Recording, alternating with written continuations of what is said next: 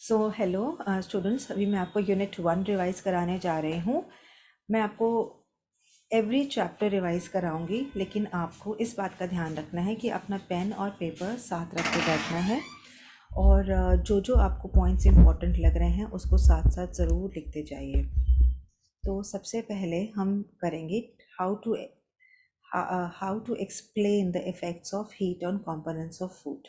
तो components of food कौन कौन से हैं? हमारे जो फूड्स हैं उसमें मेनली होता है प्रोटीन, कार्बोहाइड्रेट्स। प्रोटीन्स पाया जाता है पल्सेस, फिश, मिल्क और मिल्क प्रोडक्ट्स के अंदर।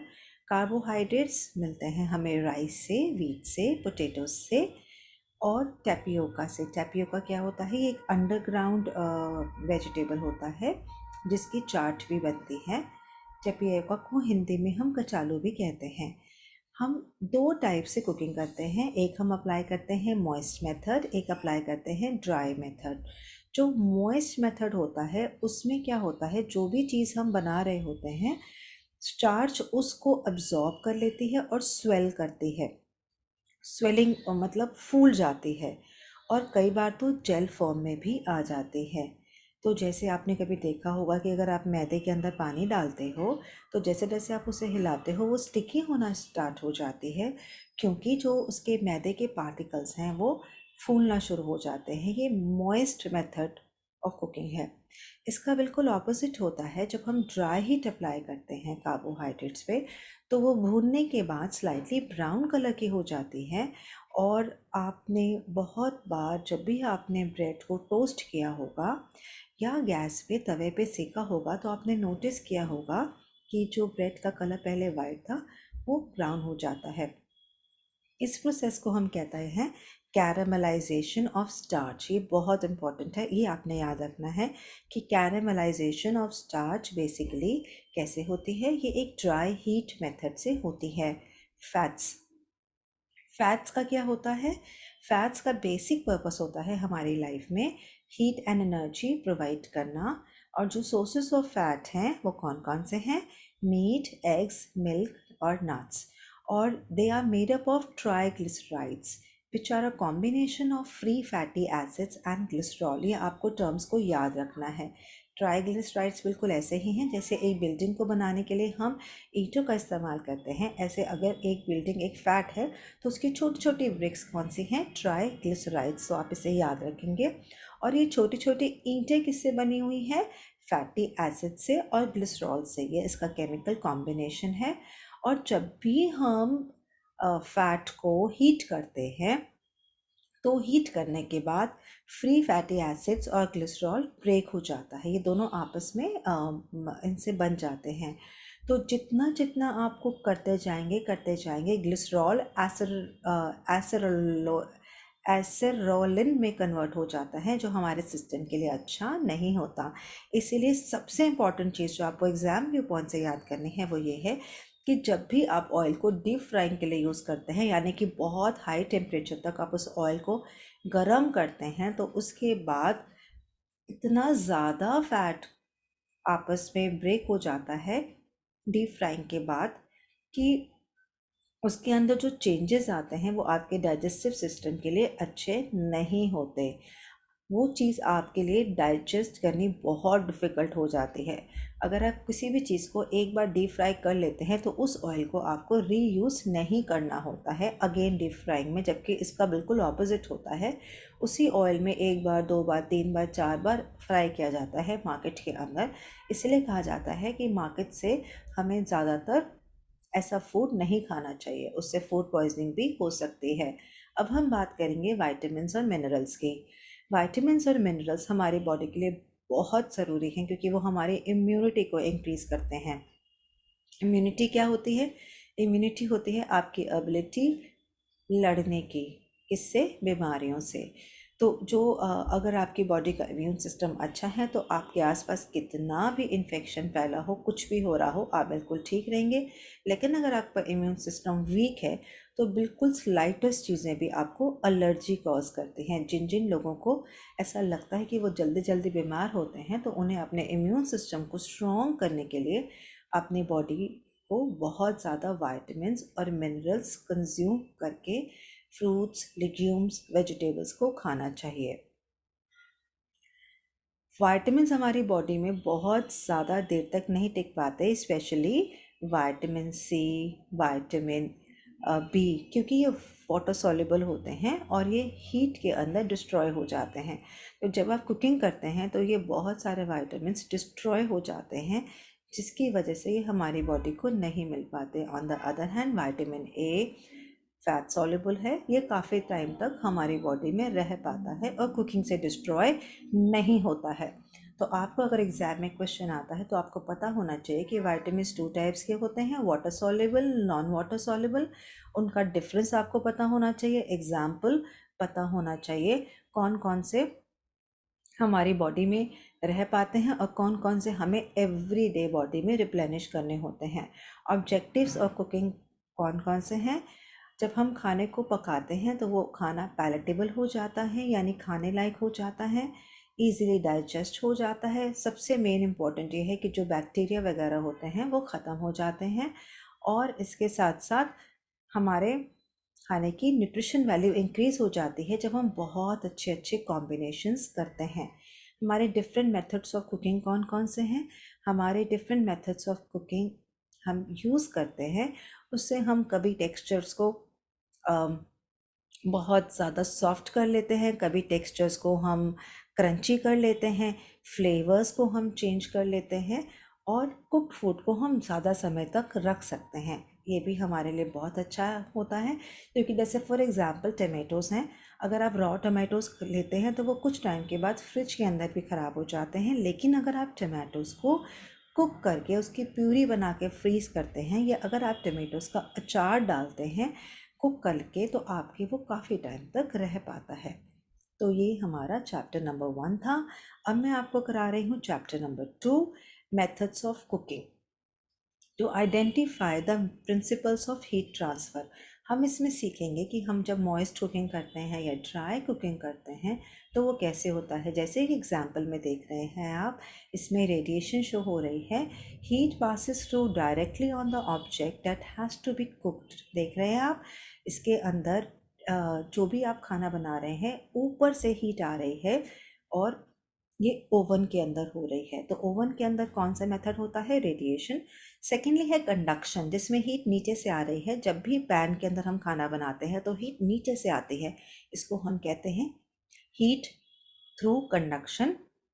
थर्ड है कन्वेक्शन, इसके अंदर हीट मूव करती हैं गैसेस और लिक्विड्स के थ्रू। फॉर एग्जाम्पल, जब आप हीट करते हैं तो पार्टिकल्स एक्सपैंड होते हैं और वो उनकी डेंसिटी कम हो जाती है और वो ऊपर की तरफ को जाते हैं, और जो कूलर पार्टिकल्स होते हैं वो उसकी जगह ले देते हैं। ये ओवन के अंदर होती है। इस डायग्राम में आप क्लियरली देख सकते हैं कि कन्वेक्शन के अंदर किस तरीके से एयर करंट से कुकिंग हो रही है और लिक्विड करंट से कुकिंग हो रही है। नेक्स्ट है इंडक्शन। और जो ये प्रोसेस है, इसमें हम कुकिंग करते हैं with the help of electromagnetic waves. ये आपका आपने देखा होगा कि इंडक्शन में क्या है, आप इसका डायग्राम आपको अच्छे से करना है। इसमें जो कुकवेयर है उसमें अट्रैक्टिंग मैग्नेट्स की साथ साथ मैग्नेटिक फ्रिक्शन यूज़ हो रहा है, और उसके अंदर हाई फ्रीक्वेंसी मैग्नेटिक फील्ड है, और किस टाइप से कुकिंग होती है। कुकिंग मेथड्स में हम moist heat method, dry heat method और मीडियम ऑफ फैट को यूज़ करते हैं। जो मॉइस्ट हीट मेथड्स होते हैं उसके अंदर पानी के साथ कुकिंग की जाती है, यानी कि वाटर को यूज़ किया जाता है या फिर स्टीम को। जबकि ड्राई हीट मेथड्स में हम ओवन यूज़ करते हैं, हम हॉट मेटल यूज़ करते हैं, हम रेडिएशन यूज़ करते हैं। ओवन के अंदर हॉट एयर से कुकिंग होती है, और जब अगर आप ग्रिल यूज़ कर रहे हैं तो metallic cooking, hot metal cook करता है, और जब आप माइक्रोवेव यूज़ करते हैं तो रेडिएशन से कुकिंग होती है। और मीडियम ऑफ फैट, आप शैलो फ्राई भी हम करते हैं और हम डीप फ्राई भी करते हैं। मॉइस्ट मेथड के अंदर हम बॉईल करते हैं चीज़ को, 100 डिग्री सेल्सियस तक लेके जाते हैं, और सिमरिंग के अंदर हम टेम्परेचर को थोड़ा कम रखते हैं और बहुत धीरे धीरे कुकिंग करते हैं। Example, making of stock. Stock का मतलब बहुत सारी सब्जियां आपने ली और उनको धीरे धीरे धीरे धीरे सिमर करके कुक किया, तो इससे आपका सूप बन गया। ना पोचिंग क्या होती है? पोचिंग होती है जो एग आपने एक लिक्विड लिया, पानी लिया, उसके अंदर अंडे को तोड़ा और डाला, और जो आपका लिक्विड है वो भी, उसका टेम्परेचर कितना है, 71 डिग्री से 82 डिग्री सेल्सियस। और एक्चुअली इसको हम पोचिंग कहते हैं। और इसमें क्या होता है, लिक्विड बबल नहीं कर रहा होता है पर गर्म होता है। हम एग और फिश को इस तरीके से बनाते हैं। स्ट्यूइंग के अंदर क्या होता है, स्ट्यूइंग के अंदर फूड पार्टिकल्स जो होते हैं, दे सराउंडेड बाय द लिक्विड, और बहुत स्लो हीट पर बहुत लंबे टाइम तक उसको हम कुक करते हैं और उस चीज़ को लिक्विड के साथ ही सर्व करते हैं, क्योंकि सारे न्यूट्रिएंट्स लिक्विड में चले जाते हैं।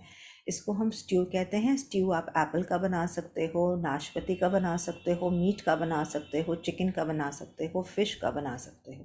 ब्लैंचिंग, ब्लैंचिंग का मतलब ये होता है कि हम आइटम को लेते हैं, उसको पानी के अंदर कुक करते हैं, और उसके बाद जब वो आधा हो जाता है तो उसको छिलका उतार देते हैं। जैसे कि आलूओं को लिया, थोड़ा सा ब्लांच किया, मतलब कुक किया, और उसका छिलका उतार के अब वो रेडी हो गए फ्रेंच फ्राइज बनाने के लिए। टमाटर इसका सेकेंड एग्जाम्पल है।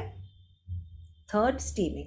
स्टीमिंग तो आप सबको पता ही है, जब आप राइस खाते हो या कुछ भी खाते हो तो हम स्टीम करके खाते हैं। हम वेजिटेबल्स को भी स्टीम करते हैं। स्टीमिंग सबसे बेस्ट मेथड ऑफ कुकिंग होता है। इसके अंदर एक्चुअली न्यूट्रिएंट्स बिल्कुल सेव हो जाते हैं, और इसके अंदर जो खाना बनता है उसके अंदर मॉइस्चर भी रहता है, उसके अंदर न्यूट्रिएंट्स सबसे ज़्यादा रहते हैं। सबसे बेस्ट मेथड ऑफ कुकिंग जो है हमारी हेल्थ व्यू पॉइंट से, दैट इज स्टीमिंग। और ये स्टीमर्स जो होते हैं इसमें हम राइस, दाल, ये सब कुछ कुक करते हैं, फिश, मीट सब कुछ स्टीम कर सकते हैं। This method is widely use as it minimizes the dissolving away of any nutrients। इसके अंदर न्यूट्रिएंट्स का लॉस नहीं होता है। ब्रेजिंग जो ये वाला मेथड है, ये दो मेथड्स का कॉम्बिनेशन है, एक है स्टूइंग और दूसरा है पॉट रोस्टिंग। इसके अंदर जो पार्टिकल होता है उसको हम भूनते हैं फैट के अंदर, और उसके बाद उसमें थोड़ा सा लिक्विड डालते हैं और उसको लंबे टाइम तक बनने देते हैं, जैसे कि आप फिगर में देख रहे हैं। इससे वो चीज़ बहुत टेस्टी बनती है, और न्यूट्रिएंट लॉस होता है, थोड़ा सा होता है, पर बहुत ज़्यादा नहीं होता है जितना डीप फ्राइंग के अंदर होता है। अब मैं आपको बताऊंगी ड्राई मेथड ऑफ कुकिंग। जो रोस्टिंग है, that's really really favourite for all. आप लोगों को रोस्टेड चीज़ें खानी बहुत अच्छी लगती हैं, तो रोस्टेड में टेस्ट बहुत अच्छा आता है। और रोस्टिंग में क्या होता है, जो फूड होता है उसको हम ड्राई हॉट एयर यानी फैट यूज़ नहीं करते हैं, लेकिन एयर में रोस्ट करते हैं। हम ओवन में करते हैं या ओपन फायर पर भी करते हैं। और इसमें आप रोस्टिंग में आप, अब जब बैंगन का मम्मी आपकी भरता बनाती है तो आप उसको रोस्ट करते हो, हम पोटैटोज़ को रोस्ट करते हैं, शकरकंदी को रोस्ट करते हैं। और यहाँ पे आप फिगर में देख रहे हो कि मीट के बारे में लिखा हुआ है। बेकिंग, बेकिंग तो जितने भी आप केक्स, पेस्ट्रीज खाते हो, ब्रेड खाते हो, वो सब बेकिंग मेथड से बनती है। बारबेक्यू, बारबेक्यू में जब आप खाते हो, मशरूम खाते हो, पनीर खाते हो, मीट खाते हो, चिकन खाते हो, जो भी आप खाते हो वो सब बारबेक्यू मेथड से बनता है। इसमें क्या होता है, इसमें हार्ड वुड ली जाती है, उसको या कोल ली जाती है, उसको बर्न किया जाता है, और उस पे उस चीज़ को आप देख रहे हो किस तरीके से सीखों के अंदर डाल के उस पर कुक किया जा रहा है। इसका एक अलग टेस्ट आता है। अगर हम इसको रोस्ट करेंगे, ओवन के अंदर बनाएंगे और इसमें बनाएंगे, तो उसमें फ़र्क ये होता है कि इसमें एक अलग सा फ्लेवर आता है, क्योंकि बहुत खुशबू आती है। ब्रॉयलिंग, ब्रॉयलिंग मेथड के अंदर आप देख रहे हो कि हम ड्राई हीट अप्लाई करते हैं, और ब्रॉयलिंग ऑफ स्पाइसेस, इसमें हम बहुत सारे मसालास डालते हैं। ग्रिलिंग में क्या होता है, ग्रिलिंग के अंदर हम एक ओपन ग्रूव्ड ग्रिडल लेते हैं, उस हीट सोर्स को लेते हैं, चारकोल लेते हैं, जैसे इसमें क्या करा, और आपने एक इलेक्ट्रिकल एलिमेंट ले लिया या आपने गैस हीटेड एलिमेंट ले लिया और आप ग्रिल के अंदर पर बना रहे हो। ये हम नॉर्मली ग्रिल्स, बहुत सारे घरों में आपकी होम में भी ग्रिल्स होती हैं जिसमें आप बनाते हो। ग्रिल के ऊपर बहुत सारे लोग पनीर टिक्का वगैरह बनाते हैं। अब हम बात करेंगे ग्रिडलिंग की। अब इसमें क्या होता है, इसमें एक सॉलिड कुकिंग सरफेस होती है जिसको हम ग्रिडल कहते हैं, और इस ग्रिडल में हम विद और विदाउट फैट हम उसको यूज़ कर सकते हैं। फैट नॉर्मली डाला जाता है, और टेम्परेचर इसका होता है 175 डिग्री सेल्सियस या 350 डिग्री। एग्जाम्पल, इसमें हम बनाते हैं स्टिक्स। ये सब चीज़ें जो मैं आपको करा रही हूँ ये आपके 1 मार्क क्वेश्चन के अंदर या मल्टीपल के अंदर आ सकते हैं। आप प्लीज़ टेम्परेचर्स भी अच्छे से याद करें। अब medium of fat, medium of fat के अंदर हम टर्म पढ़ेंगे सॉटे। सॉटे का मतलब ये होता है कि सिंपल टर्म्स में ये एक फ्रेंच वर्ड है जिसका मतलब होता है जंप, यानी आपने जो सब्जियां ली उसको आपने टॉस किया, बहुत थोड़ा सा ऑयल लिया आपने, 1 टेबल स्पून या 2 टेबल स्पून ऑयल लिया और ब्राउन करना शुरू करा। जब आपकी मम्मी मसाला भूनती हैं तो वो प्याज टमाटर को सॉटे करती हैं। डीप फ्राइंग के अंदर क्या होता है, आप ऑयल लेते हैं और उसके अंदर उसको डीप फ्राई करते हैं, पूरे की पूरी जो आपकी सामान है वो ऑयल के अंदर भीग जाता है और क्रिस्पी अट्रैक्टिव कलर आता है। इसमें टेम्परेचर होता है 175 degrees to 190 degree Celsius.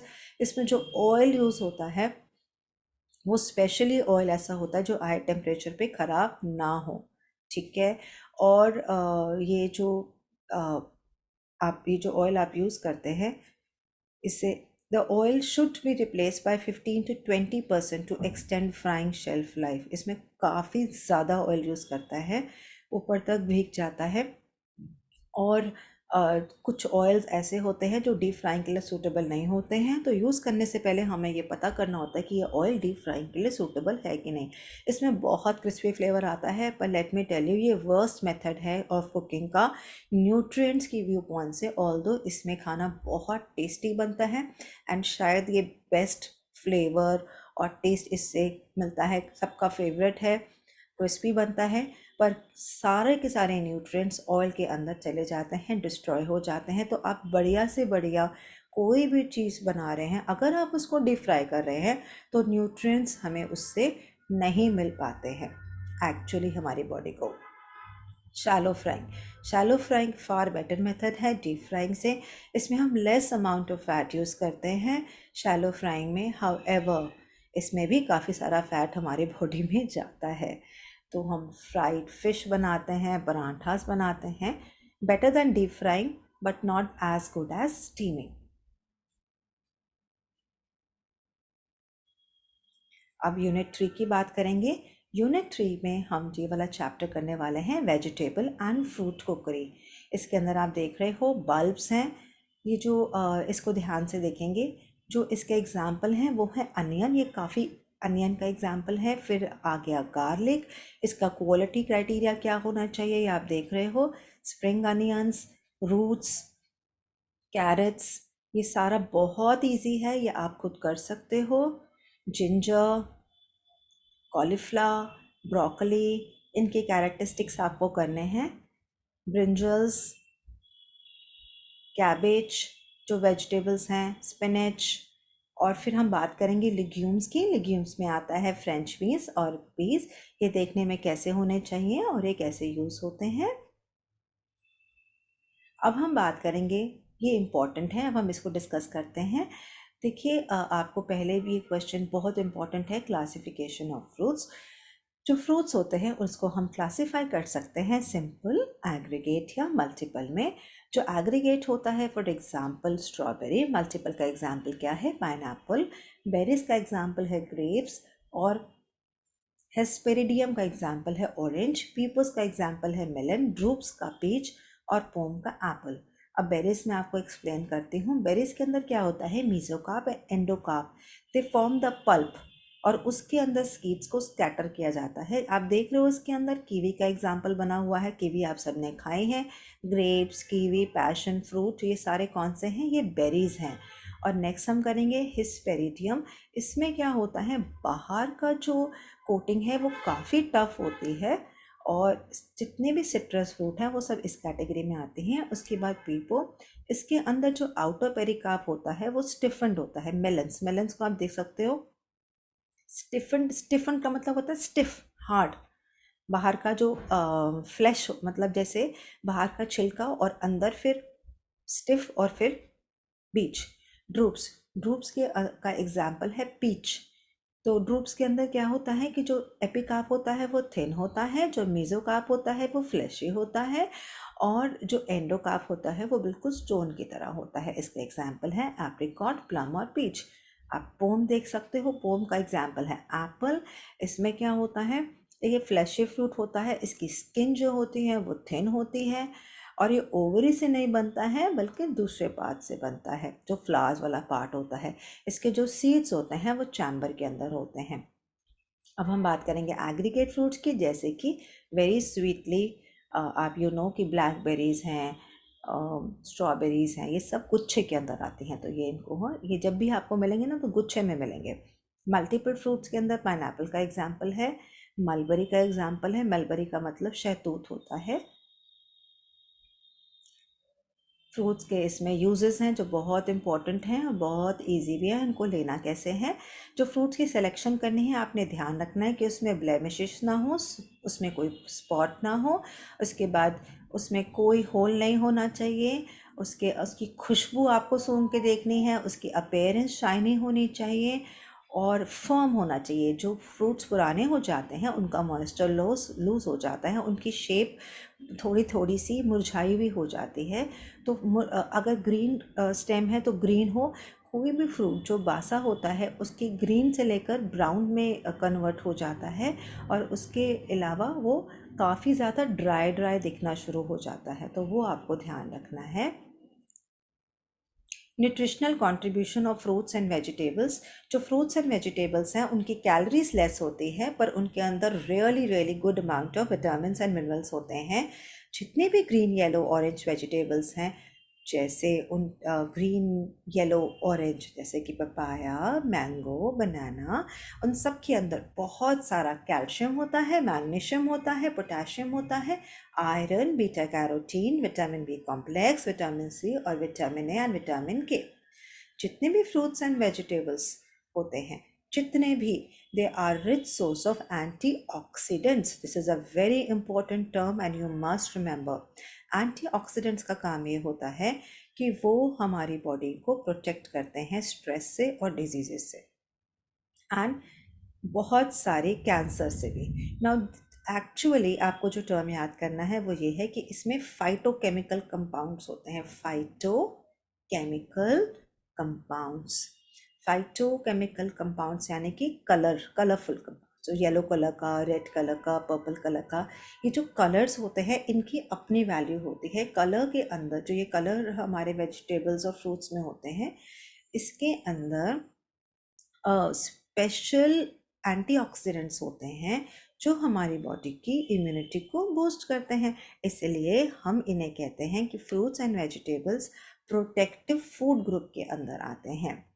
Additionally जो वेजिटेबल्स एंड फ्रूट्स हैं उसके जो हमारे हैं उसमें या तो फाइबर सॉल्युबल होता है या इनसॉल्युबल होता है। तो इसमें आपको कुछ टर्म्स याद करनी है। NSP, NSP stands for non starch polysaccharides, और ये कौन कौन से होते हैं? Cellulose, mucilage, hemicellulose, gums, pectin. These substances, they help to maintain a digestive system of the body and offer protection from conditions like chronic constipation, hemorrhoids, colon cancer, irritable bowel syndrome and rectal fissures. इसमें क्या benefit है? इसमें benefit ये है कि जो जो हम खाते हैं, जो फाइबर्स हम खाते हैं, जो हम सॉल्युबल फाइबर्स खाते हैं और नॉन सॉल्युबल फाइबर्स खाते हैं, दोनों ही हमारे बॉडी के लिए बहुत इम्पोर्टेंट है हमारे हेल्थ व्यू पॉइंट से, बिकॉज ये हमारे डाइजेशन सिस्टम में बहुत नेसेसरी हैं। उसके लिए हमारे डाइजेशन के लिए सबसे इम्पोर्टेंट रोल अगर कोई है तो वो है हमारे डाइटरी फाइबर का। और अगर डाइटरी फाइबर कोई ठीक से नहीं क्वांटिटी में ले रहा है तो उसको कॉन्स्टिपेशन होगी, हेमोरॉइड्स हो सकते हैं, कोलन कैंसर हो सकता है, इरिटेबल बाउल सिंड्रोम हो सकता है और रेक्टल फिशर्स हो सकते हैं। कट वेजिटेबल्स एंड फ्रूट्स, बहुत सारे कट वेजिटेबल्स एंड फ्रूट को काट के बहुत देर तक रखने से बहुत ज़्यादा नुकसान होता है। उनके न्यूट्रिएंट्स लॉस हो जाते हैं, उनका कलर चेंज हो जाता है। इसीलिए ट्राई करना चाहिए कि हमें इन्हें फ्रेश ही खाना चाहिए। जब भी हमें इन्हें खाना है उससे बिल्कुल थोड़ी देर पहले ही हम इसे काटें और काट कर पूरे दिन के लिए ऐसे ना रखें। अच्छा, तो हम कटिंग कैसे करते हैं? हम इनको स्लाइस के फॉर्म में, वेज के फॉर्म में, स्लिट की फॉर्म में, चंक्स की फॉर्म में, चॉपिंग की फॉर्म में, बेटन की फॉर्म में, डाइसेस की फॉर्म में और जुलियन की फॉर्म में कट कर सकते हैं। हम स्कूप निकाल सकते हैं, हम वेजिटेबल्स टर्न्ड फॉर्म में काट सकते हैं, फैंसी शेप्स में काट सकते हैं। अब हम बात करते हैं इनके कलर्स की, ये बहुत इंपॉर्टेंट है। कलर्स में सबसे पहले हम बात करेंगे फ्लेवॉन्स की। ये जो पिगमेंट है ना, एक्चुअली ये वाइट कलर और क्रीम कलर का होता है और ये स्टे करता है मीडियम एस, ये जो पिगमेंट है ये it stage in white in colour. हल्का सा एसिडिक मीडियम होगा तो ये वाइट होगा, जैसे ही मीडियम अल्कलाइन होता है येलो येलो कलर का हो जाता है। और इसमें इसको वाइट रखने के लिए हम हल्का सा लेमन जूस डालते हैं तो उसका कलर रहता है। यानी कि अगर आप गोभी बना रहे हो, अगर आप उसे कुक कर रहे हो तो कुक करते ही वो ब्राउनिश होनी शुरू हो जाती है, लेकिन अगर आपको गोभी वाइट रखनी है तो उसमें हल्का सा लेमन जूस आपको डालना है। क्लोरोफिल ग्रीन कलर का होता है। ये जो पिगमेंट होता है ये French beans, spinach, mustard leaves में बहुत भरपूर मात्रा में होता है। ये पिगमेंट येलो कलर का हो जाता है अगर एसिडिक मीडियम हो, और ब्राइट ग्रीन कलर का रहता है अगर अल्कलाइन मीडियम हो। इसलिए अगर आप सोडा डालते हैं तो मीडियम, एक्चुअली अल्कलाइन मीडियम को रखने के लिए उसमें सोडा डाल दिया जाता है। उससे सारा सेल स्ट्रक्चर वेजिटेबल्स का ख़राब हो जाता है और वो मशी हो जाता है। इसलिए कभी भी हमें जो इन चीज़ों को कुक करना है अगर, तो हमें इनको अनकवर्ड कुक करना है, यानी इनको ढक के कुक करने से कलर ख़राब हो जाता है। तो हम पहले इसको, जब जैसे सपोज़ करिए आपको साग वगैरह बनाना है तो पहले आप इन्हें खुला कुक करें। इस जब आप इनको खुला कुक करते हैं तो इनके जितने भी वॉलेटाइल एसिड्स हैं वो इवेपोरेट हो जाते हैं, न्यूट्रल पीएच बन जाता है। और जो भी चीज़ आप बना रहे हैं उसके बाद अगर आप उसको सिमर करके ढकेंगे तो पीला पीला कलर नहीं होगा। अब हम बात करेंगे कैरोटीनॉइड्स की। कैरोटीनॉइड्स को याद करने के लिए आप कैरेट याद कर लीजिए। ये पिगमेंट पाया जाता है कैरेट्स के अंदर, कॉर्न्स के अंदर, स्वीट पोटैटो के अंदर, टमाटो के अंदर, मैंगो के अंदर, पम्पकिन के अंदर। ये स्टेबल होता है और बहुत ज़्यादा कलर इसका चेंज नहीं होता है अगर एसिड और अल्कलाइन मीडियम हो तो। ये फैट सॉल्युबल है, ये फैट सॉल्युबल है। और ये it leches in cooking oils, मतलब अगर जब आप इसको पका रहे होते हैं तो ऑयल के अंदर इसका कलर चला जाता है। अब हम बात करेंगे एंथोसाइनिन की। ये जो पिगमेंट है ये रेड पर्पल कलर का होता है। ये ग्रेप्स और बेरीज के अंदर, रास्पबेरी के अंदर, क्रैनबेरी के अंदर होता है। ये रेड कलर का, ब्लू कलर का डिपेंड करता है कि पीएच वैल्यू क्या है। एसिडिक मीडियम के अंदर ये रेड कलर का हो जाता है, अल्कलाइन मीडियम के अंदर ये ब्लू कलर का हो जाता है। एंथोसाइनिन से बहुत बहुत न्यूट्रिशियस होते हैं चीज़ें, जिनका कलर ऐसे रेड और ब्लू होता है इनको बहुत वैल्यूएबल माना जाता है न्यूट्रिशन व्यू पॉइंट से। बिटालिन्स, ये पिगमेंट जो होता है ये डीप रेड कलर देता है बीटरूट को। आप सबने चुकंदर को देखा है, आप उसको हाथ लगाते हैं तो आपके हाथ में रेड रेड कलर सा आ जाता है।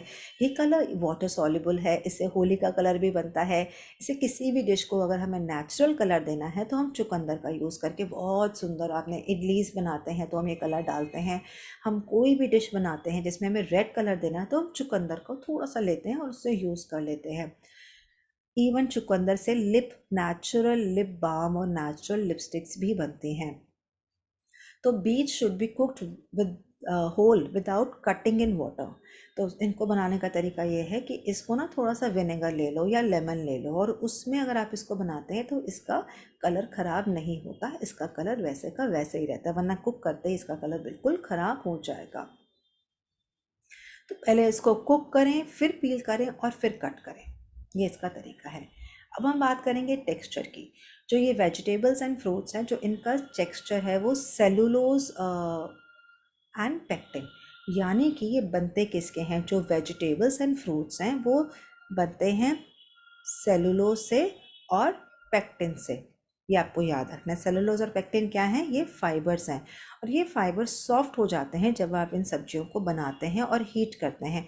जितना ज़्यादा आप हीट करते हैं उतने ही सब्जियां सॉफ्ट होती जाती हैं और उनकी शेप जो होती है वो ख़राब होती जाती है। जैसे कि पालक, पालक को आपने लिया, उसको आपने कुक किया तो आप देखेंगे उसका पूरा का पूरा जो पत्ता होता है वो मुरझा जाता है। अगर आप एक हल्का सा एसिडिक मीडियम लेते हैं, उसमें हल्का सा लेमन का जूस डाल देते हैं या विनेगर डाल देते हैं पानी के अंदर, तो आपके पत्ते बहुत ही सुंदर दिखेंगे। सो नेक्स्ट टाइम अगर आप कुकिंग करना चाहते हैं और आप चाहते हैं कि कुकिंग करते हुए पालक के पत्तों का कलर ग्रीन ही रहे, क्योंकि आपको किसी फॉर्म में उसको यूज़ करना है, सैलड बनाना है, तो आप उसके अंदर लेमन डाल सकते हैं, विनेगर डाल सकते हैं, थोड़ी सी चीनी भी डाल सकते हैं, जिससे उसकी शेप और उसका कलर रिटेन्ड रहेगा। कैसे रिटेन रहेगा? क्योंकि उसको अल्कलाइन मीडियम मिल जाएगा। आप बेकिंग सोडा भी डाल सकते हैं। जो बड़े बड़े होटल्स होते हैं उसके अंदर शेफ़ इस नॉलेज को यूज़ करते हैं। वो जब जो शेफ़ होते हैं वो फ्रूट्स और वेजिटेबल्स के लिए हल्का सा शुगर या एसिडिक मीडियम क्रिएट कर देते हैं। उससे क्या होता है, जब वो खाना बना रहे होते हैं तो जो भी चीज़ वो यूज़ कर रहे होते हैं उसकी शेप ऐसे की ऐसे रहती है। और अल्कलाइन मीडियम वो ज़्यादातर यूज़ नहीं करते, नहीं तो चीज़ें बड़ी मशी मशी हो जाएंगी और उनकी शेप लूज़ हो जाएगी। तो मोस्टली जो वेजिटेबल्स हैं they should be cooked to still retain their shape and be tender enough to eat. हम चाहते हैं कि जब हम सब्जी को बनाएं तो वो सॉफ्ट हो जाए, लेकिन उनकी शेप ख़राब ना हो। और ये शेप ख़राब ना हो, इसके लिए होटल के अंदर शेफ़ क्या क्या तरीके यूज़ करते हैं ये मैंने आपको बताया। ये आपके एग्ज़ाम व्यू पॉइंट से बहुत ज़रूरी है।